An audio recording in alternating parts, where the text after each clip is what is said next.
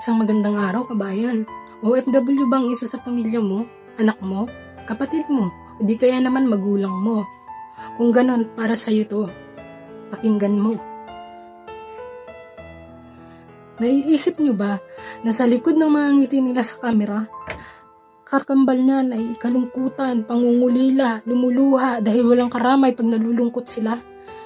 Habang kayo, pag may hinihingi kayo, kaagad kayong nagtatampo na hindi nyo iniisip, bago nila pinadala ang sweldo, nagtitiis muna sila, halos hindi kumakain.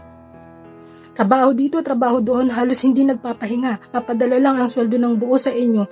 At kung may hinihiling kahit hindi nabibigay agad, kaagad kayong nagtatampo. Hindi nyo ba alam? Bawat ipo ng mga laman ng kargong napapadala sa inyo, kabi-kabila ang trabaho, mapunan lang ang karton na para sa inyo.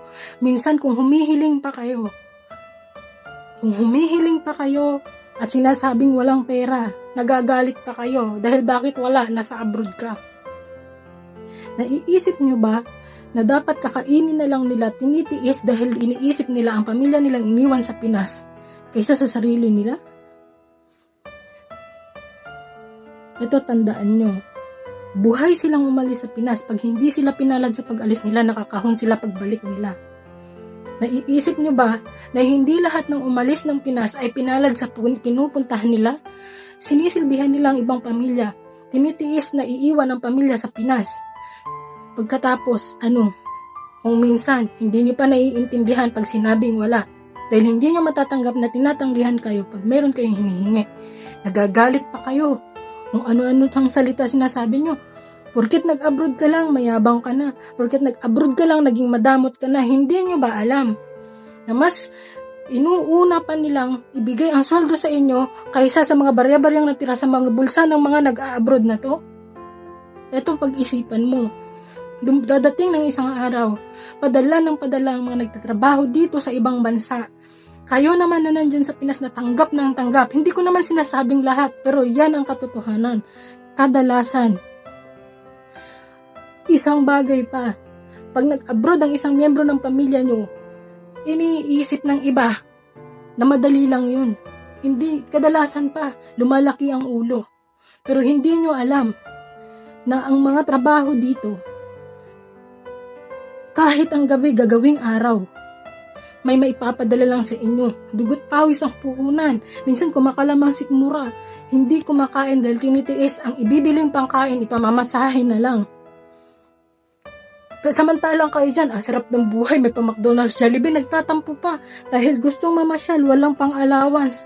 Naiisip nyo ba na dito ang mga nagtatrabaho, barya-barya lang ang natitira dahil buo ang sa inyo pinapadala. Tapos may gana pa kayong magalit. Hindi ko naman sinasabing lahat, pero aminin natin mga kabayan, yan ang katotohanan. Tanggapin natin na ang realidad, yan ang tumatakbo sa karamihan. Hindi man lahat, hindi lahat. Hindi lahat.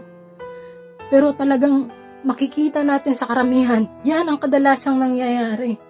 Yan ang kadalasang nangyayari na ang mga nasa Pinas, puro reklamo. Kulang ang padala mo, ganito, ganyan. Samantala, nasa Pinas pa nagtrabaho, ang kapurampot na kita, na pagsasapat, nung umalis ng bansa, nagpadala ng 20,000, kinukulang pa. Asan ang hustisya? Tatanda yung mga nagtatrabaho rito. Walang ipon.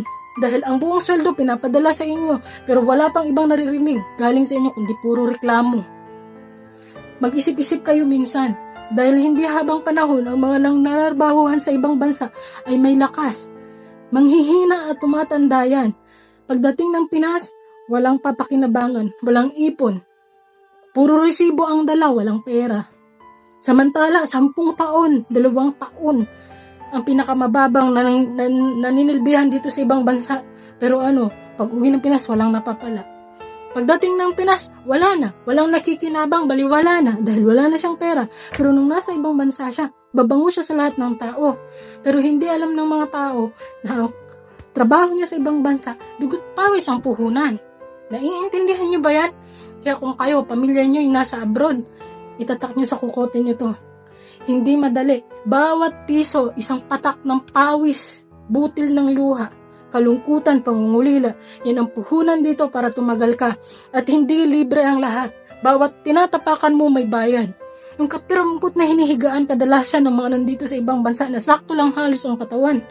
Alam niyo ba kung magkano na ang halaga ng yan? Pero hindi nagre-reklamo, sinusurvive ng tao. Pero kayo na tumatanggap ng sweldo, panay kayo reklamo na kulang ang ganito, ang ganyan. Kulang, reklamo kayo ng reklamo. Uy, mag-isip-isip kayo ha.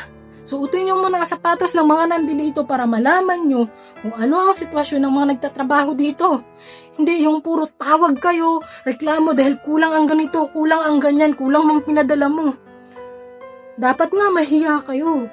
Kasi isipin nyo, yung bawat pinadala nila dyan sa inyo na sinasahod ng mga taong nagtatrabaho dito sa bansang malayo, ay hindi yan pinulot sa tabi-tabi. Pinagtrabahuan yan araw at gabi.